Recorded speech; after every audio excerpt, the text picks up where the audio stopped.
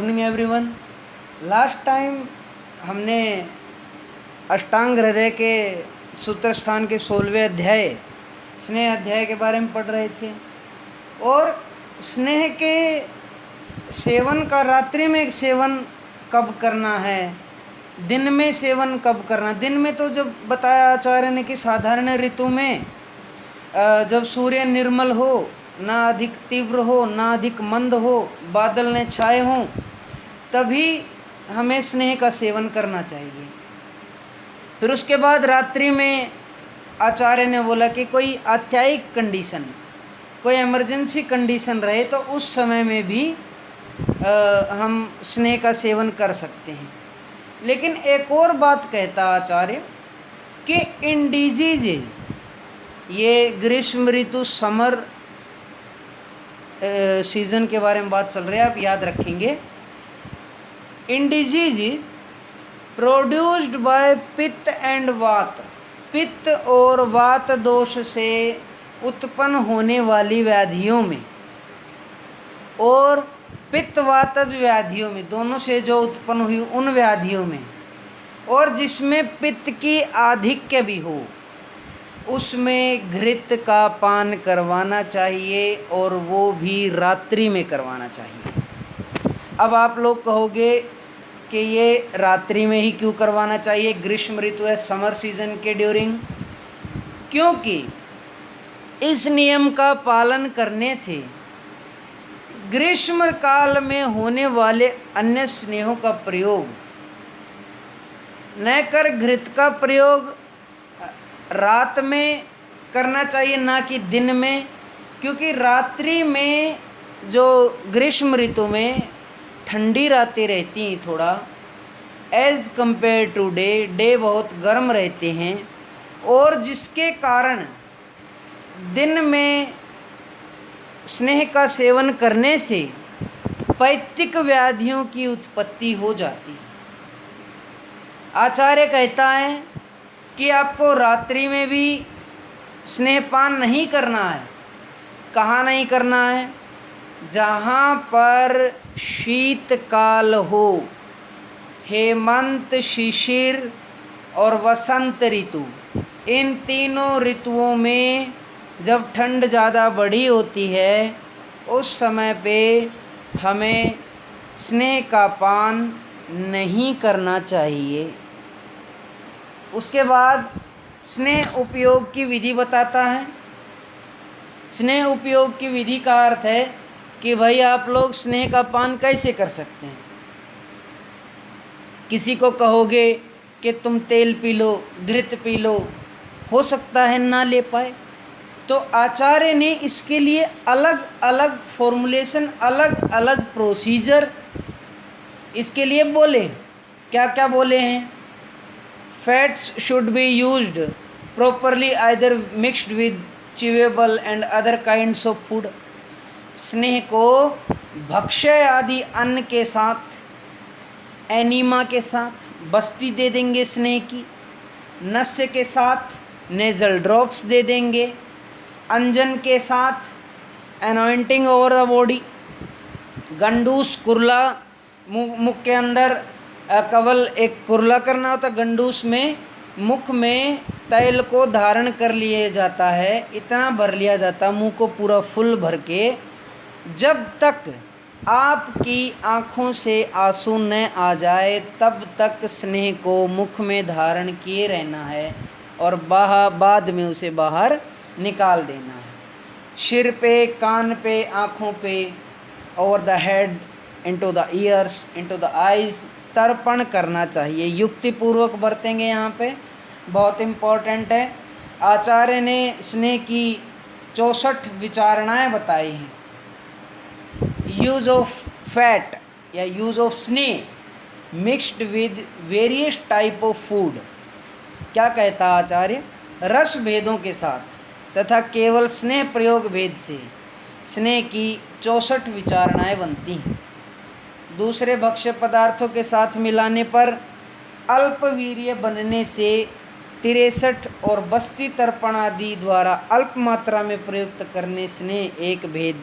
इस प्रकार क्रम से 64 विचारणाएँ आचार्य कहता है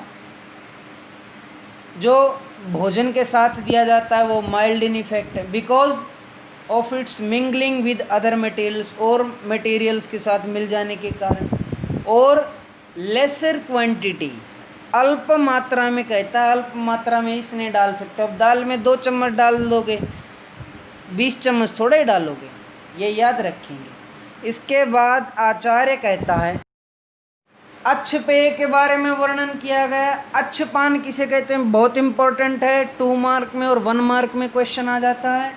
अच्छ पेय उसे कहा जाता है बेटा कि जिसमें केवल और केवल स्नेह का सेवन किया जाए, मतलब या तो केवल घृति पिया जाए, या केवल तैल पिया जाए, या वसा का सेवन किया जाए, या मज्जा का सेवन किया जाए। आचार्य कहता है इट मीन्स अच्छ पेय मीन्स कंज्यूमिंग द फूड या consuming the fat oblique oil, ये लाइन बनेगी, consuming the fat oblique oil without mixing with food. शक्तिहीनता और अल्पत्व के अभाव होने से केवल शुद्ध रूप में स्नेह का जो पान होता है उसको विचारणा नहीं कहते, किसी से ना मिलने के कारण यह उद्भूत शक्ति वाला होता है। अच्छ पेय है वो उद्भूत, बहुत ज़्यादा शक्ति वाला रहता है, मात्रा में बहुत होने से भी प्रभुत वीरशाली होता है, इसे अच्छ पेय कहते हैं। अच्छ पेय स्नेह की श्रेष्ठ कल्पना है, क्योंकि इसे स्नेह के कर्म तर्पण मार्दव आदि, आचार्य कहता है, फिर दोबारा ध्यान से सुन लेंगे कि तर्पण मार्दव आदि शीघ्र हो जाते हैं। आचार्य ने विचारणा, स्नेह विचारणा का अर्थ है consuming after mixing with foods. अच्छ पेय method of administrating fat is considered best as it serve the function of fats and lubrication quickly. ये मैंने आपको जो स्नेह का मार्दव और तर्पण सॉफ्टनेस और लुब्रिकेशन की जो बात बताई वो बहुत इंपॉर्टेंट है, याद रखेंगे। स्नेह की त्रिविध मात्रा के बारे में बोलता है।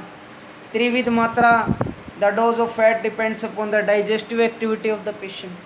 आचार्य कहते हैं कि जिस प्रकार की हमारी जठराग्नि है उसी प्रकार की हमारी 3 प्रकार की स्नेह की मात्राएं भी बतलाई गई हैं। क्या कहता है, हीन मात्रा, हीन मात्रा में 2 याम, जो 1 याम कहता है 3 घंटे में पाचन हो जाता है, 2 याम मतलब 6 घंटे में डाइजेस्ट हो जानी चाहिए। दूसरा कहता है मध्यम मात्रा, मध्यम मात्रा को 3 याम लगते हैं, मतलब 9 घंटे। आप याद रखेंगे 1 याम में 3 घंटे हैं, यहाँ लिखा हुआ है। आचार्य कहते हैं तीसरा उत्तम मात्रा हाई डोज, ये 4 याम लेता है, 12 घंटे लेता है डाइजेशन के लिए। और इन 3 मात्राओं के अलावा एक और मात्रा भी है, वो कौन सी मात्रा है, ह्रस्वयसी मात्रा है। आप श्लोक नंबर 18 के लास्ट में देखेंगे ह्रस्वयसी एक शब्द लिखा हुआ है। The minimum quantity should be administered, जो सबसे छोटे वाली जो मात्रा, ह्रस्व मात्रा से भी जो छोटी मात्रा है, अर्थात 2 याम से भी जल्दी जीर्ण होने वाली मात्रा को वैद्य ह्रस्वयसी मात्रा कहता है।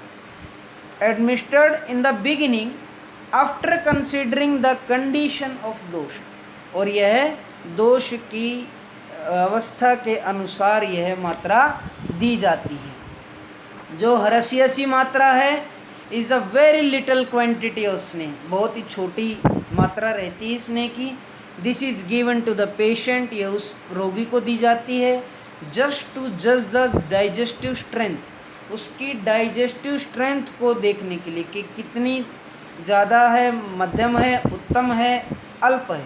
After judging the digestion power, जब हम जठराग्नि का अच्छे से आकलन या अनुमान कर लेते हैं, the right dose of the fat is decided, और उसके बाद हम उसको अच्छी मात्रा जो उसके डाइजेस्टिव एक्टिविटी को हैम्पर ना करे, उस तरह की स्नेह की मात्रा का हम निर्धारण कर सकते हैं। नेक्स्ट, स्नेहपान विधि के बारे में आचार्य बतलाते हैं कि शोधन के लिए as a preparation procedure of Panchakarma therapy, Panchakarma के लिए जब केवल और स्नेह का पान करवाया जाए तो fat alone should be administered in maximum dose. और ये कब? Soon after digestion of previous food, जब उसके भोजन का पहले पाचन हो गया हो तभी उसको उत्तम मात्रा में या श्रेष्ठ मात्रा में उसको स्नेहपान करवाएंगे। ये शोधन के लिए, शोधन का अर्थ है जब हमें उसके दोषों को बाहर निकालना है, वमन, विरेचन, आस्थापन, अनुवासन, शिरोविरेचन। इसमें कंडीशन वाइज अलग अलग डिपेंड है किस प्रकार से उसे देना है, ये आगे हम बतलाएंगे। दूसरा है शमन, भूख लगने पर और बिना भोजन किए मध्यम मात्रा में शुद्ध स्नेह पिलाना चाहिए। कहता है फॉर मिटिगेशन ऑफ दोषा, दोषा को बाहर शमन करने के लिए, दबाने के लिए, बाहर नहीं निकालना, दबाने के लिए। For palliating a disease, fat should be consumed when the person is hungry and without food. कहता है भूख लगी हो और बिना भोजन किए हो तब उसको फास्टिंग में, व्रत रखे हुए को मीडियम डोज में उसको स्नेहपान करवाना चाहिए। तीसरा है ब्रिंघण। ब्रिंघण मतलब आपसे पहले भी बात हुई है, ब्रिंघण किसको कहते हैं?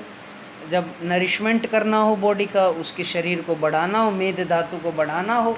कहता है फॉर ब्रिंघण, फॉर वेट गेन ट्रीटमेंट, यहाँ पे स्पेशल वर्ड है, याद रखेंगे। For weight gain treatment it should be given with मांसरस, मीट सूप के साथ, वाइन, मद्य शराब के साथ, and consume along with food, और भोजन के साथ मिलाकर इसे अल्प मात्रा में, मिनिमम डोज में पेशेंट को हमें देना चाहिए। क्या कहता है? ये जो माइल्ड ओलिएशन है, जो ये अल्प मात्रा में जो स्नेहपान करवाया जा रहा है, ये किसके लिए सूटेबल है? कहता है स्नेह, यह स्नेह बालक के लिए, for suitable for children, the edged, बूढ़े लोगों के लिए, दो सफरिंग फ्रॉम थर्स्ट, जो प्यास से पीड़ित हैं उन लोगों के लिए, जिनको मेद धातु ज़्यादा बढ़ गई है, स्नेह से जो द्वेष करते हैं उन लोगों के लिए, मद्यप जो शराब के जो पीछे पड़ गए उन लोगों के लिए, स्त्री के लिए जो नित्य स्नेह का सेवन करते हैं उनके लिए, मंदाग्नि जिनकी डाइजेशन पावर जिनकी वीक है उनके लिए अल्प मात्रा बहुत इम्पोर्टेंट है, याद रखेंगे। सुखी जीवन व्यतीत करने वाले, कहता है कि who lead a happy life, और जो ट्रबल्स से afraid of troubles, who are afraid of troubles, जो क्लेश से डरने वाले हों, और जिनका कोष्ठ मधु कोष्ठ, अल्प दोष वाले हों, less quantity of increase of दोषाज, कृश व्यक्तियों के लिए, इमेशिएटेड पर्सन्स के लिए, और ग्रीष्म काल में श्रेष्ठ होता है। लाइन याद रखेंगे, ग्रीष्म काल बहुत इम्पोर्टेंट है यहाँ पर। कहता है ग्रीष्म काल में इम्पॉर्टेंट है, ग्रीष्म काल में अल्प मात्रा में ही हमें स्नेह का सेवन करवाना है। क्या कहता आचार्य? उक्त स्नेह उपयोग का फल, भोजन से पहले पिया हुआ स्नेह शरीर के अधोभाग, जहाँ पे वात दोष है, वस्ती जहाँ दी जाती है, वात दोष को दूर करता। कहता है भोजन के मध्य भाग में पिया हुआ स्नेह, जब भोजन कर रहे हो और बीच में स्नेह पान किया है तो शरीर के मध्य भाग के रोगों को, और भोजन करने के बाद पिया हुआ स्नेह शरीर के ऊर्ध्व भाग, क्लेविकल से ऊपर के एरिया के रोगों को नष्ट करता है। इस बात को याद रखेंगे। If fats are used before food then it is useful for the treatment of diseases affecting the lower part of the body और to strength the lower part of the body. रोगों को दूर करेगा और वहाँ को ताकत भी देगा। और भोजन के बीच में लेंगे, food the fats are used during the food intake, then it is useful for the diseases affecting the middle part of the body, or if fat are used after the food intake it is very useful to treat the disease of the upper part of the body or urdhva jatrugat or above the clavicle or to strengthen the upper part of the body। क्या कहता आचार्य, शुद्ध स्नेह पीने के बाद care after drinking fats में, ये बहुत इंपॉर्टेंट है, आप लोग याद रखेंगे, बहुत ही इम्पॉर्टेंट है, क्योंकि बहुत से लोग बता देते हैं कि आपको ये स्नेह का पान करना, लेकिन स्नेह का पान करने के बाद क्या नहीं करना है वो बहुत इम्पॉर्टेंट है। जैसे अगर किसी ने अच्छे पेय किया, शुद्ध स्नेह का पान किया है, तो उसे उपरांत गर्म पानी पिए, ठंडा पानी बिल्कुल नहीं पीना है। ठंडा पानी, अब जैसे घी के ऊपर ठंडा पानी पी लोगे तो जम जाएगा बेचारा, आप लोगों को मालूम है। पिघला के घी को उस पर ठंडा पानी डाल के देखो, आपको पता लगेगा क्यों नहीं पीना चाहिए ठंडा पानी और क्यों पीना चाहिए गर्म पानी। इससे क्या कहता आचार्य, जो स्नेह है it helps in digestion and clears the mouth coating. कहता है जो आपने स्नेह का पान किया है उसका पाचन अच्छे से होगा ही होगा, साथ साथ जो आपके मुख में स्नेह लिप्त हो गया है, स्नेह का कोटिंग आपके मुख के अंदर आ गया है, वो भी इससे दूर होगा। नेक्स्ट दूसरा पॉइंट, तुवरक तैल या अरशुकर तैल, ये दोनों के दोनों बहुत हॉट होते हैं नेचर में, तैल हैं, याद रखेंगे। इनके ऊपर आचार्य कहता है कि इसके बाद cold water is preferred. Hot हैं, बहुत गर्म है नेचर में, इसलिए आचार्य बतलाता है कि भैया ठंडा पानी पीना। इन केस ऑफ डाउट्स, स्नेह जीर्ण हो गया या नहीं, इस संदेह में फिर गर्म पानी पी। अगर ये डाउट हो कि भैया डाइजेशन हुआ है या डाइजेशन नहीं हुआ है, जो स्नेह का पान किया था पता नहीं क्या है क्या नहीं, तो उस स्थिति में आचार्य कहता है you have to consume hot water. Warm water आपके पीने के लिए बोलता है, कहता है गर्म पानी पीने से, याद रखेंगे, सारी उम्र काम आएगा, निरोगी रहेंगे।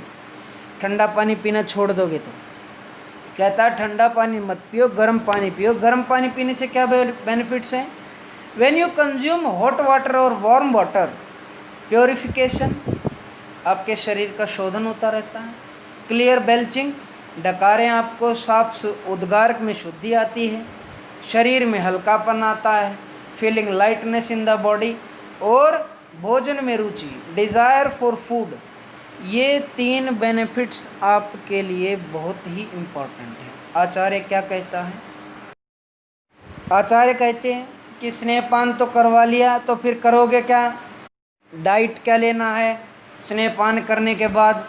कहता है फूड्स विच आर लिक्विड, द्रव जो भोजन है उसका सेवन, उष्ण भोजन और अनभिषेधी भोजन का, जो आपके एक्सेस मॉइस्चर वाले जो भोजन है उनका सेवन नहीं करना है। बहुत ऑयली भोजन नहीं करना, अति स्निग्ध भोजन नहीं करना है, कफ को बढ़ाने वाले भोजन नहीं करना है, mixture of many food materials, पथ्य अपथ्य का मिक्स करके सेवन नहीं करना है।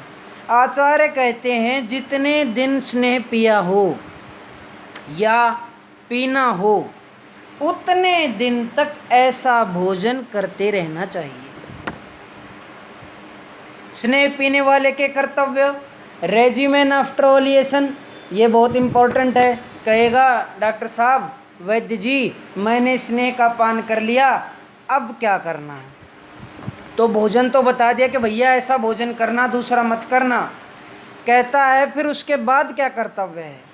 स्नान पान आदि में गर्म पानी ही ले।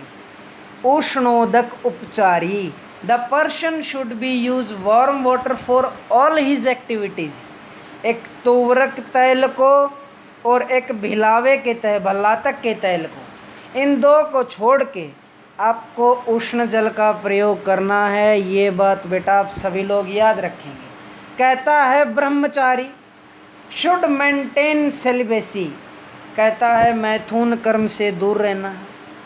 रात्रि में ही सोने के लिए कहता कि रात्रि में ही सोए, उपस्थित वेगों को न रोके।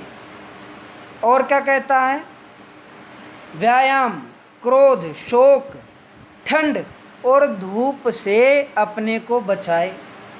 तेज वायु का भी सेवन न करे, सवारी पर जो तेज चलते उस पर यात्रा भी न करे, बहुत दूर तक पैदल भी ना चले, बहुत बोलना, बहुत देर तक बैठना, बहुत देर तक खड़े रहना, सिर को तकिए को बहुत नीचे रखना या बहुत ऊंचा रखना, दोनों ही कंडीशन स्नेहयुक्त व्यक्ति के लिए निषेध है।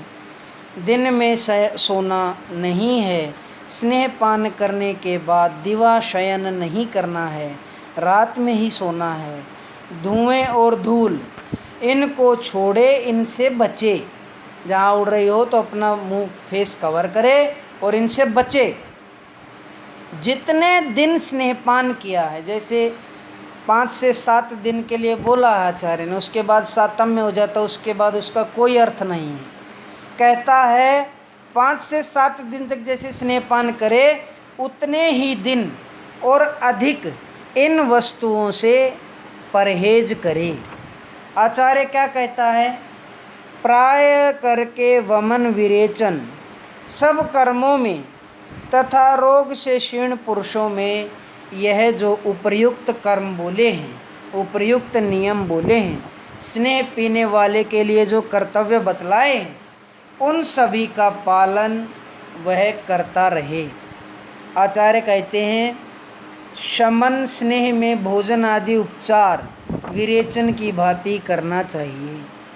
जब अगर शमन जिसमें आप मध्यम मात्रा में शुद्ध स्नेह पिलाते हैं तो उसमें भोजन का जो उपचार है वो विरेचन की भांति करना चाहिए, अर्थात पेय विलेपी आदि आगे आएगा संसर्जन क्रम का पालन करना चाहिए। यहाँ आज पार्ट 2 ख़त्म होता है। Thank you so much. Stay home, be safe. Like, share, comment और सब्सक्राइब तो आप सब कर ही देंगे।